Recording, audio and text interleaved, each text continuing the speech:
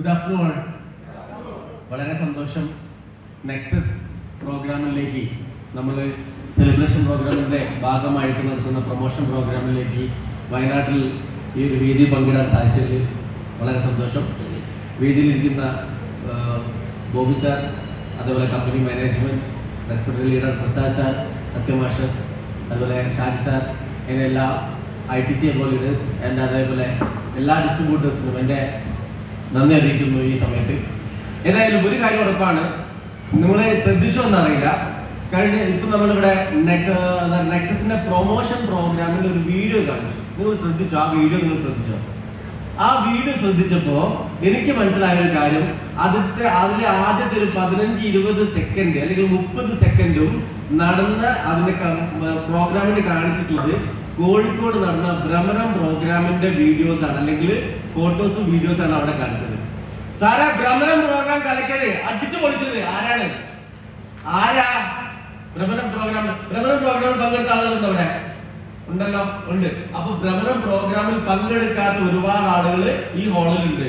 ഒരു സംശയമില്ല, 2018 ഫെബ്രുവരി മാസം 18-ാം തീയതി ആയിരുന്നു തോന്നുന്നു ഭ്രമരം പ്രോഗ്രാം നടന്നിട്ടുണ്ടായിരുന്നത്. അന്ന് ആ പ്രോഗ്രാമിൽ ഞാൻ ZTC റാങ്കിലാണ്, സോളർ ടീം കോർഡിനേറ്റർ റാങ്കിലാണുള്ളത്. എനിക്ക് തോന്നുന്നു ആ പ്രോഗ്രാമിൽ അത്ര വലിയ പ്രതീക്ഷയോട് കൂടിയിട്ടൊന്നല്ല ഞാൻ ആ പ്രോഗ്രാമിൽ പങ്കെടുത്തിട്ടുണ്ടായിരുന്നത്. പക്ഷെ എന്റെ കണ്ണ് തള്ളിപ്പോയിട്ടുണ്ട് അന്നത്തെ ആ പ്രോഗ്രാം കണ്ടതിന് ശേഷം. ആ പ്രോഗ്രാമാണ് എന്നെ ഈ ബിസിനസ്സിൽ വലിയ തീരുമാനം എടുക്കാൻ വേണ്ടി പ്രാപ്തനാക്കിയിട്ടുള്ളത്. ആ പ്രോഗ്രാം കഴിഞ്ഞ് അടുത്തൊരു 3 മാസം, ഫെബ്രുവരി മാസം 18-ാം തീയതി ആ പ്രോഗ്രാം കഴിഞ്ഞു. അടുത്തൊരു 3 മാസം കഴിഞ്ഞപ്പോൾ, അതായത് മെയ് മാസം 31-ാം തീയതി എന്റെ ജോലി വലിച്ചെറിഞ്ഞ് ഫുൾ ടൈം കരിയർ ആയിട്ട് ഏറ്റെടുക്കുന്നതന്നെ. അന്ന് മുതൽ തിരിഞ്ഞു നോക്കേണ്ടി വന്നിട്ടില്ല. ഈ ബിസിനസ്സിൽ അത്രമാത്രം പ്രാധാന്യത്തോടു കൂടി കണ്ടില്ല. അന്ന് ആ പ്രോഗ്രാമിന്റെ പുറകിലുണ്ടായിരുന്നത് മുബീൻ സാറായിരുന്നു എങ്കിൽ ഒരു സംശയവും വേണ്ട, ഇന്ന് ഈ ഹാളിൽ ഇരിക്കുന്ന ആളുകളിൽ ഭൂരിഭാഗം ആളുകളും മുബീൻ സാറിന്റെ ടീമിലുള്ള ആളുകളാണ്, ആണല്ലോ. ആ ആളുകളെ അല്ലെങ്കിലും നമ്മളിവിടെ തകർത്തുകൊണ്ടിരിക്കുക.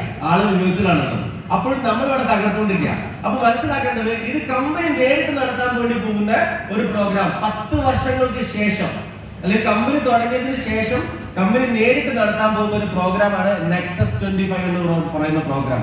അതിൽ TC ആൻഡ് അബോവ് ആളുകൾക്ക് മാത്രമാണ് എൻട്രി എന്നാണ് നമുക്ക് അറിയുന്നത്. അപ്പൊ ഒന്ന് ആലോചിച്ച് നോക്കുക, ആ പ്രോഗ്രാമിൽ ഏകദേശം 10,000-ഓളം ആളുകൾ പങ്കെടുക്കുന്ന ആ ഒരു പ്രോഗ്രാമിൽ അവിടെ ഒരു TC ആൻഡ് അബോവ് ലീഡർ ആയിട്ടോ അല്ലെങ്കിൽ അച്ചീവർ ആയിട്ടോ സ്റ്റേജിൽ കയറുക എന്നുള്ളത് വളരെ പ്രാധാന്യമുള്ളതാണ്.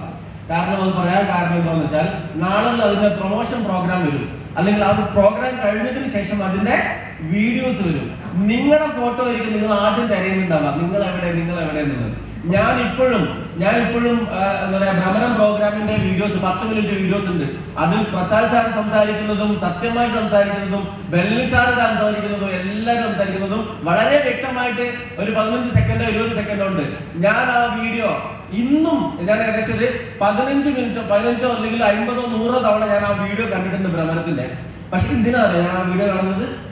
ZTC റാങ്കിൽ ഞാൻ എവിടെയെങ്കിലും ഉണ്ടോ എന്ന് ഞാനൊന്ന് ശ്രദ്ധിക്കുന്നത്. എന്റെ റാങ്ക് ZTC ആണ്, അതിൽ എന്റെ ഫോട്ടോ എന്റെ ഒരു ജസ്റ്റ് ഒന്ന് കണ്ടാൽ മതി.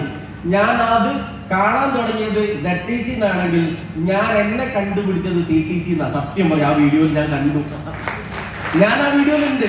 ജസ്റ്റ് ഒന്ന് മിന്നിമായി, ജസ്റ്റ് ക്യാമറ ഇങ്ങനെ പോകുന്ന സമയത്ത് ഞാൻ അതിലുണ്ട്, ആ വീഡിയോയിലുണ്ട്.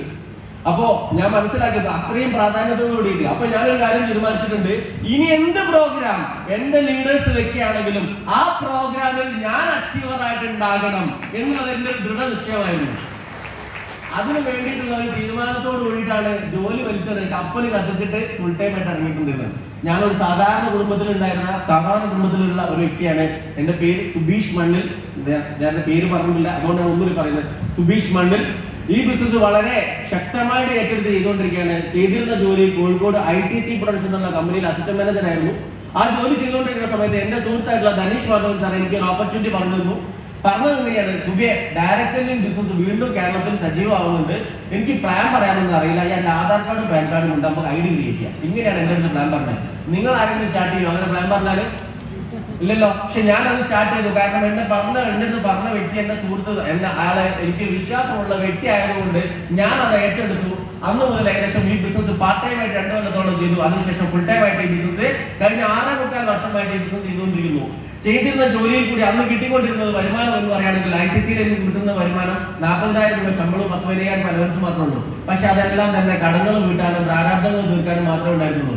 ഏകദേശം 20-ൽ കൂടുതൽ ജപ്തി നോട്ടീസ് എന്റെ വീട്ടിലേക്ക് വന്നിട്ടുണ്ട്. ആ സമയത്ത്, അതായത് 2012 എന്റെ പെങ്ങളെ കല്യാണം കഴിഞ്ഞ സമയത്തും അതേപോലെ വീട് റിനോവേഷൻ ചെയ്തിട്ടും ചെറിയൊരു ലോൺ എടുത്തു.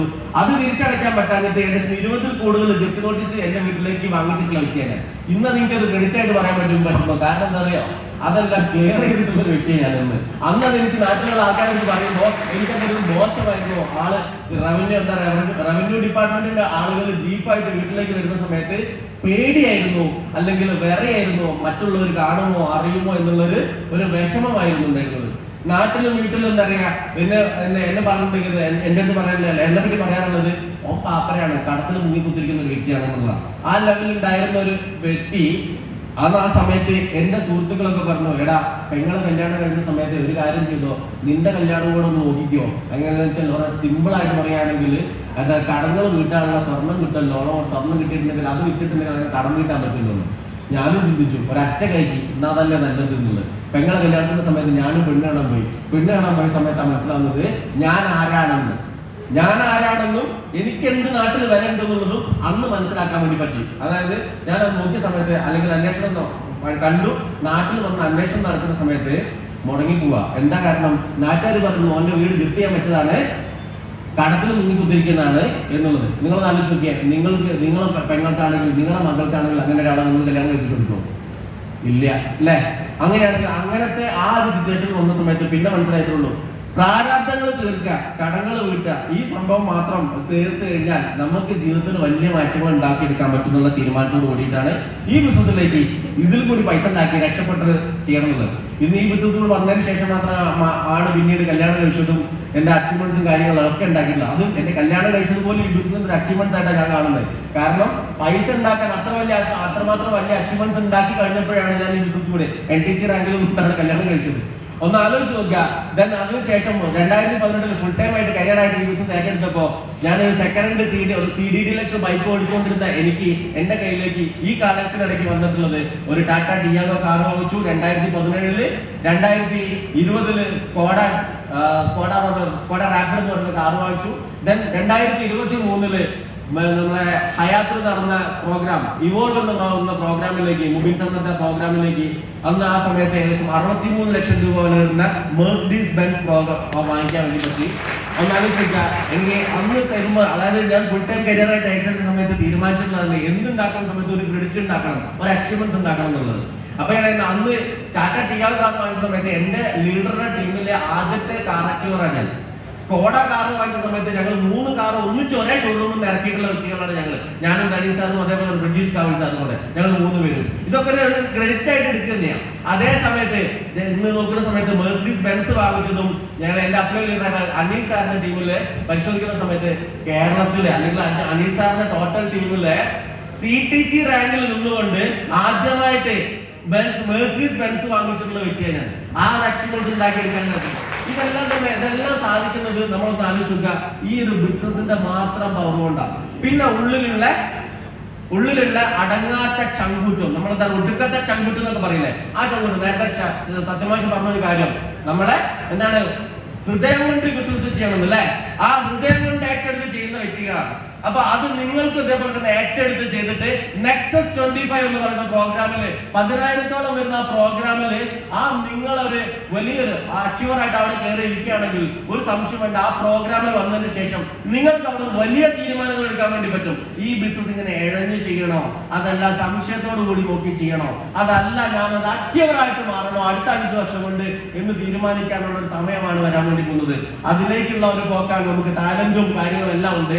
അപ്പൊ ഏതായാലും വലിയ വിജയങ്ങൾ നിങ്ങൾക്ക് ഓരോരുത്തർക്കും ഉണ്ടാക്കിയെടുക്കാൻ സാധിക്കട്ടെ എന്ന് മാത്രം ആഗ്രഹിച്ചുകൊണ്ടും നെക്സസ് 25 അവിടെ ഞാനും ഒരു ടോപ്പ് അച്ചീവർ ആയിട്ട് ഉണ്ടാകുമെന്ന് ഞാൻ നിങ്ങൾക്ക് ഉറപ്പുവരുന്നു. നമുക്ക് ഒന്നിച്ച് കാണാം വീണ്ടും. അതേ സമയത്ത് എല്ലാവർക്കും വലിയ വിജയങ്ങൾ ഉണ്ടാവട്ടെ. All the best. Thank you.